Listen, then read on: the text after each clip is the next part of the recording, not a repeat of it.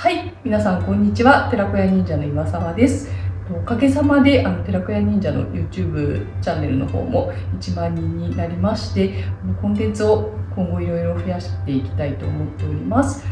今回は小畑直子さんにお越しいただきまして、着付けについていろいろ教えていただこうと思っています。今後今まで茶道華道の内容を中心にお送りしていたんですけれども、今後着物もぜひ定期的に発信していきたいと思いますので、よろしくお願いいたします。では早速小畑さんの方に自己紹介をお願いできればと思います。はい、皆様はじめまして、小畑直子と申します。私は、東京都、昭島市とあと渋谷区で、着付け教室を、運営しております。それとは別にインバウンドの方向けに着物体験と着物体験と着物の販売を、渋谷のセンター街で、行っております。その他ですね、若い方たちに着物の発信、着物について、知っていただきたく、ファッション大学の子たちを、インターン生として、招きまして、着物のアップサイクルと、それに対して商品開発と販売も行っています。よろしくお願いいたします。はい、よろしくお願いいたします。今ちょっと自己紹介の時にいろいろ私あんまり存じ上げてないことをおっしゃってて、渋谷でなんかそのファッションのどんなことをなさってるんですか？そうです、渋谷のセンター街で海外の方向けに、着物の販売とあと着物の体験を行っているんですけども、ファッション大学、国際ファッション大学の子たちをインターン生として、来ていただいて、ここで着物のアップサイクル、もう使わなくなった着物を、シュシュにしたりとか、あとはリボン、スカーフにしたりとかっていうのを、作ってもらい、それをお土産として海外の方たちに、紹介しております。なるほど。着物の生地でそういうリボンとかスカーフを作ったりされてるんですか？あと少しちょっと着物を、裾を切ってちょっとワンピースのようにドレープというの感じで簡単に着ていただけるような商品も考えて、裾はただ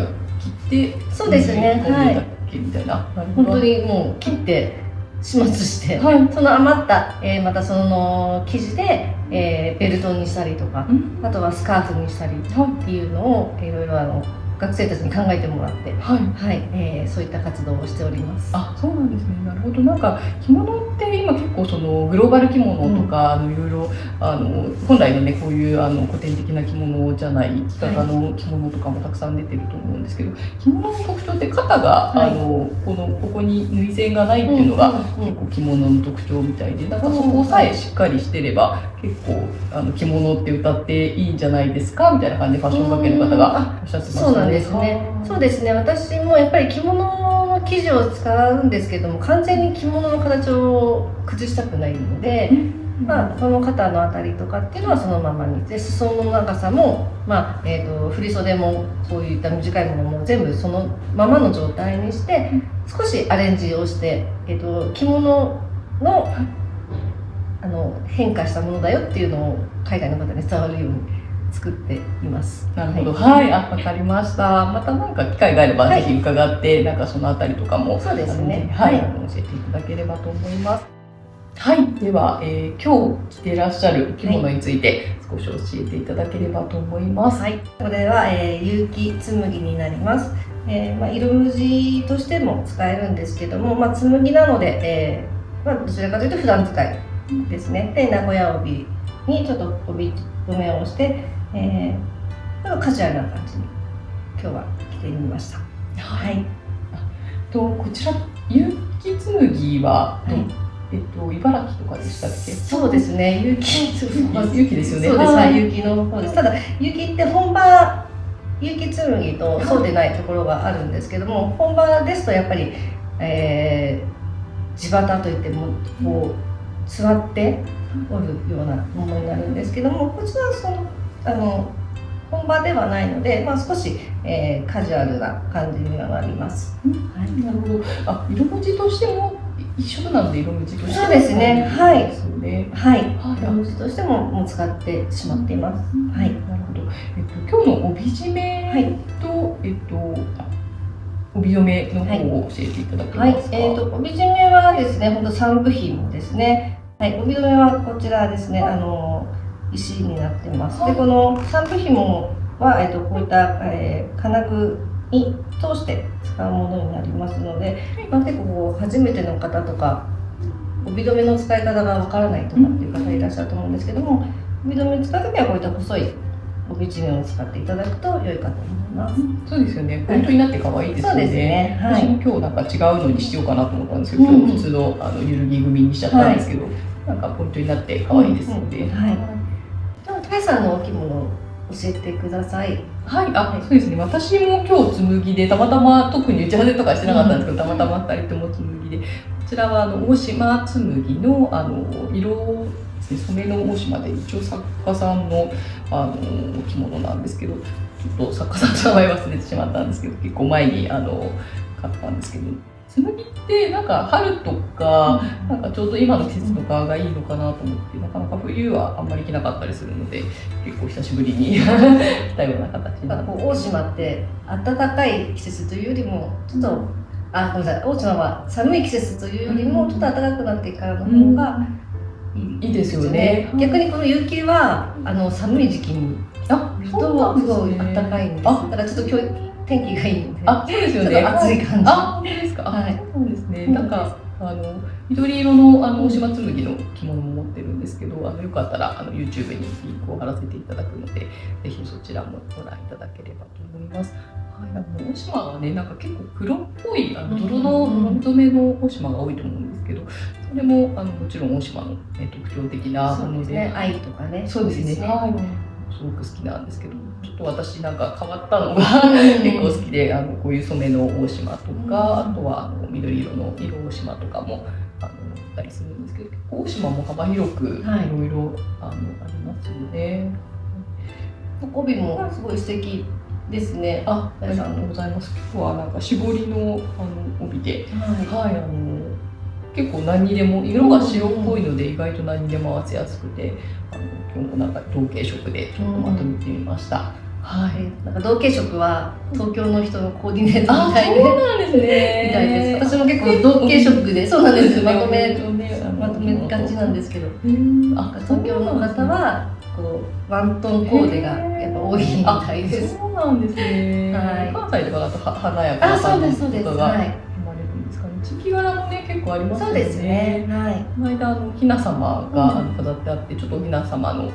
説明とかもさせていただいたんですけど、その時も関東びなと関西びなで結構顔が違うとかってなんか話をねしてたので、こうね同じ日本でもいろいろあるんですね。はい。はい、ではちょっと補正についていろいろ伺っていきたいと思います。着物とかってどうしても準備で決まるとも言われていて、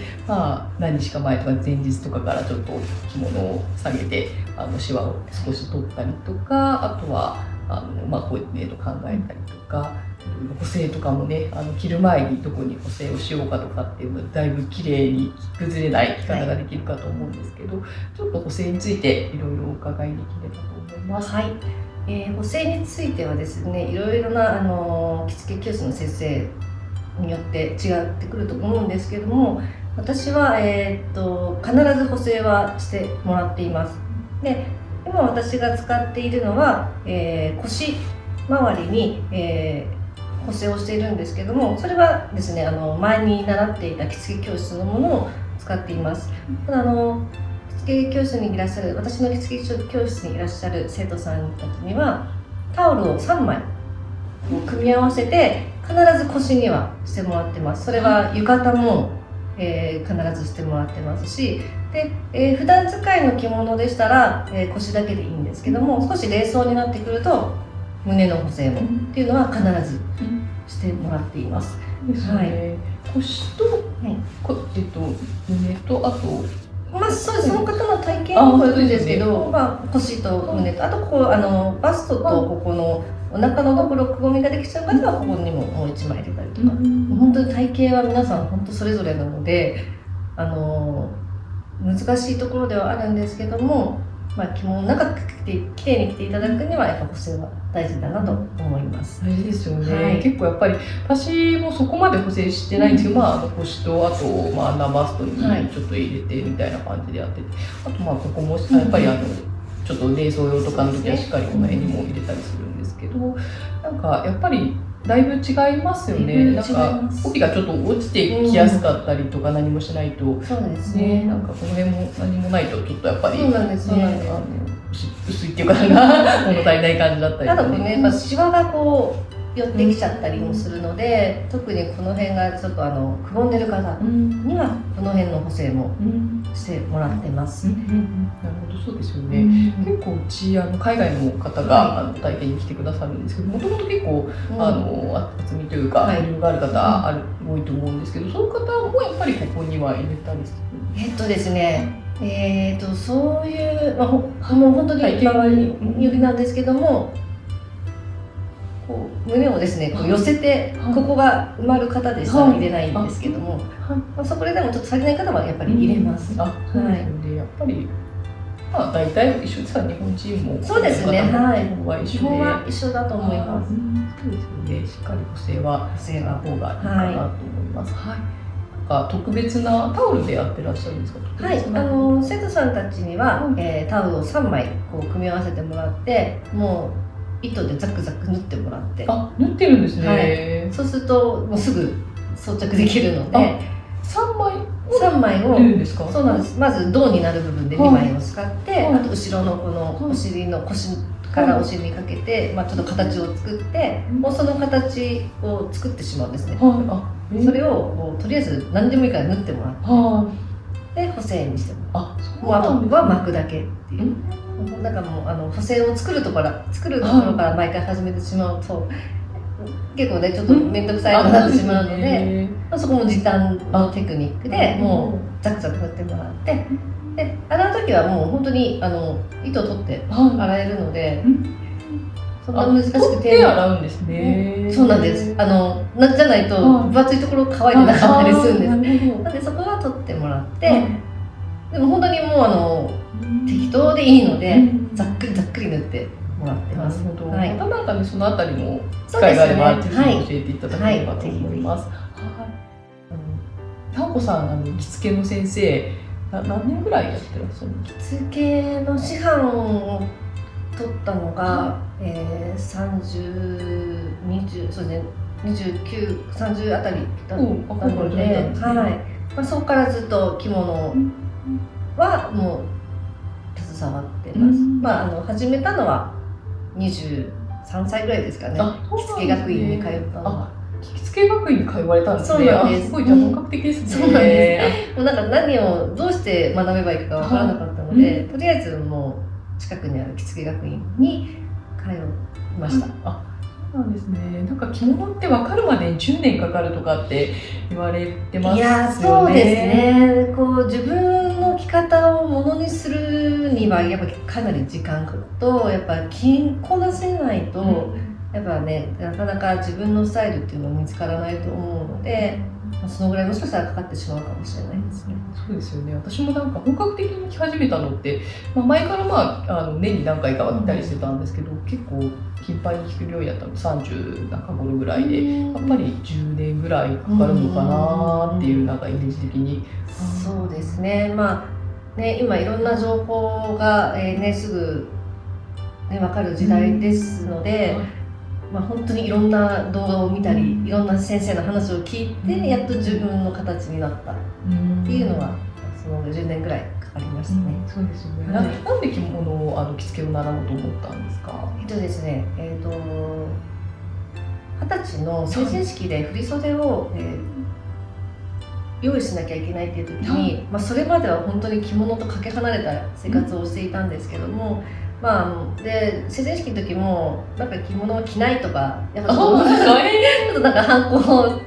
的な感じで言ってたんですが、もうどうしても母がもう作りなさいということで呉服屋さんに行って何軒か回った呉服屋さんですっごく魅力的な着物に出会ってしまい、それが振袖だったんですけども。なんかそこから急に和服に興味を持ち出して、でどうにかして着られないかなというところで着付け学院に通いました。だから振袖ですね、きっかけは形の。あ、そうなんですね。振袖はでも誰かに着付けていただいて、そうですその後にじゃあ自分でも着付けをはい頑張ろうということで。そうなんです。面白いですね。でもなんかね、成人式はやっぱり着たいなっていうのありますよね。私もやっぱり着たんですけど、なんかね、みんなでバイバイこうそうですね、振袖で集まれるってすごいいいですよね。結果着てよかったなと思います。はい。ですね、わかりました。それからずっと着付けの勉強を、そうですね、はい。どうにかして着物を着たいっていうところから22か23ぐらいの時、23歳ぐらいの時に、着付け学院に通いまして、なんかちょっといろいろね、着付け学院でちょっと自分の思ってた着物の世界と違うようなこともあったりして、一旦ちょっと中断しちゃったんですけども、またやっぱり師範までは取ろうというところで結構7年ぐらいかけて、あ、そうなんですね。あ、結構かけてちょっと、はい、そのぐらいかけて着物の師範を取りました。でもその時に学院の先生に言われたのが、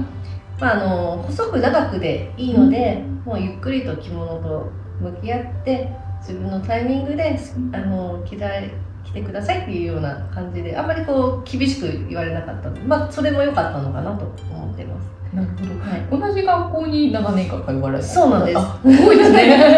一旦ちょっと中断したんですけども、そうですね。通常は4年ぐらいで。通常は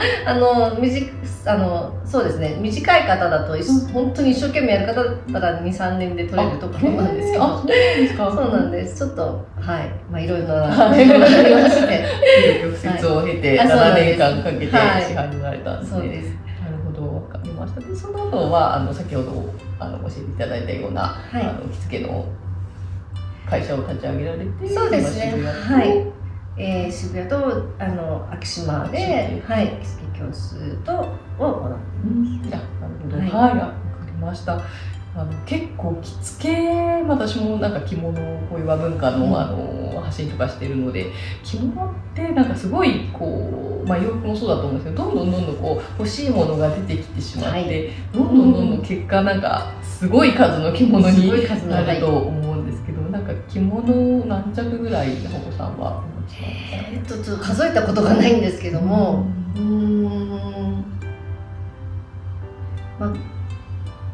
5、60枚はあると思います。ただそれでもかなり減らしました。そうなんですね。なので、一時は本当もなんかタンスに入らないくらいあったんですけども、だんだんとこうね、自分のスタイルが出てくると、使わない着ないものも出てくるので、そういうのは差し上げたりとか、あと違うものに変えたりとかして、なんか集めるときにどういうふうに集めていくとかってありますか？着物、そうですね。私着物は本当に一期一会だと思っていて、二度となんかこう同じものっていうのは会えないんですよね。あの時あれ欲しかったなと思っても、もう一回探してもなかったりするので、欲しいものだったらもうすぐ買ってしまってもその時にでいいと思います。ただですね、サイズとか、もしリサイクルとかで買われる方がいらっしゃれば、サイズはかなり見て買ってました。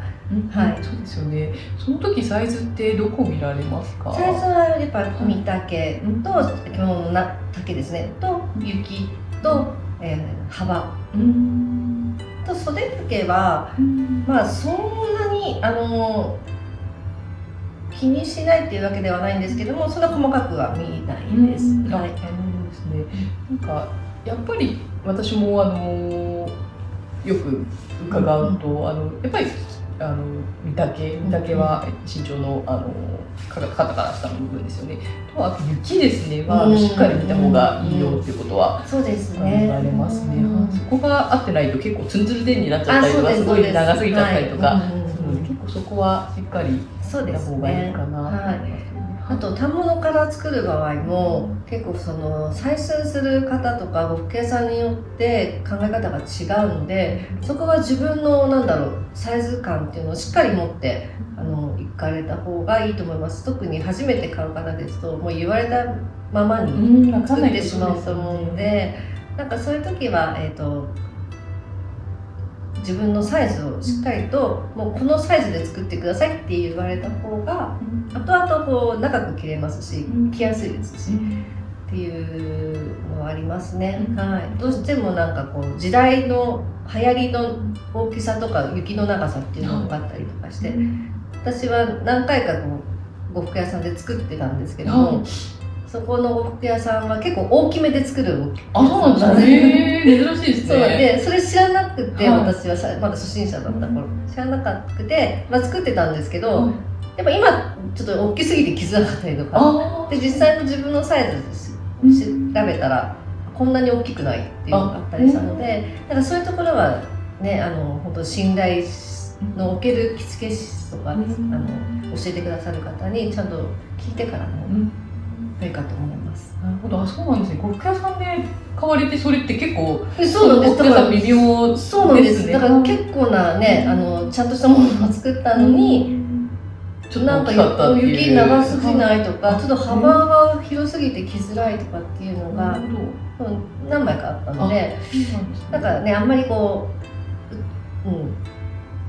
疑うというよりも、なんかしっかりと自分のサイズを知っておくというのはすごく大事ですよね。はい、大事だと思います。なるほど、わかりました。なんかやっぱり私なんかも呉服屋さんとかで呉服屋さんやっぱり採寸してもらえるので綺麗に自分サイズで作ってもらえることが多いんですけど、やっぱりそのリサイクルとか、あと人からいただいたものとかっていう時はやっぱり雪とあと身丈ですね、はしっかりチェックして、合わなかったらやっぱりどんなに柄が気に入ってても見送るようにはやっぱりしてますね。なんかね、その場で綺麗に着られたら動いてるとどうしてもそうですね、合わないときちゃうので、それがねちょっと残念な時もありますね。そうですね。なので皆さんも買う時のね参考にぜひしていただければと思います。はい。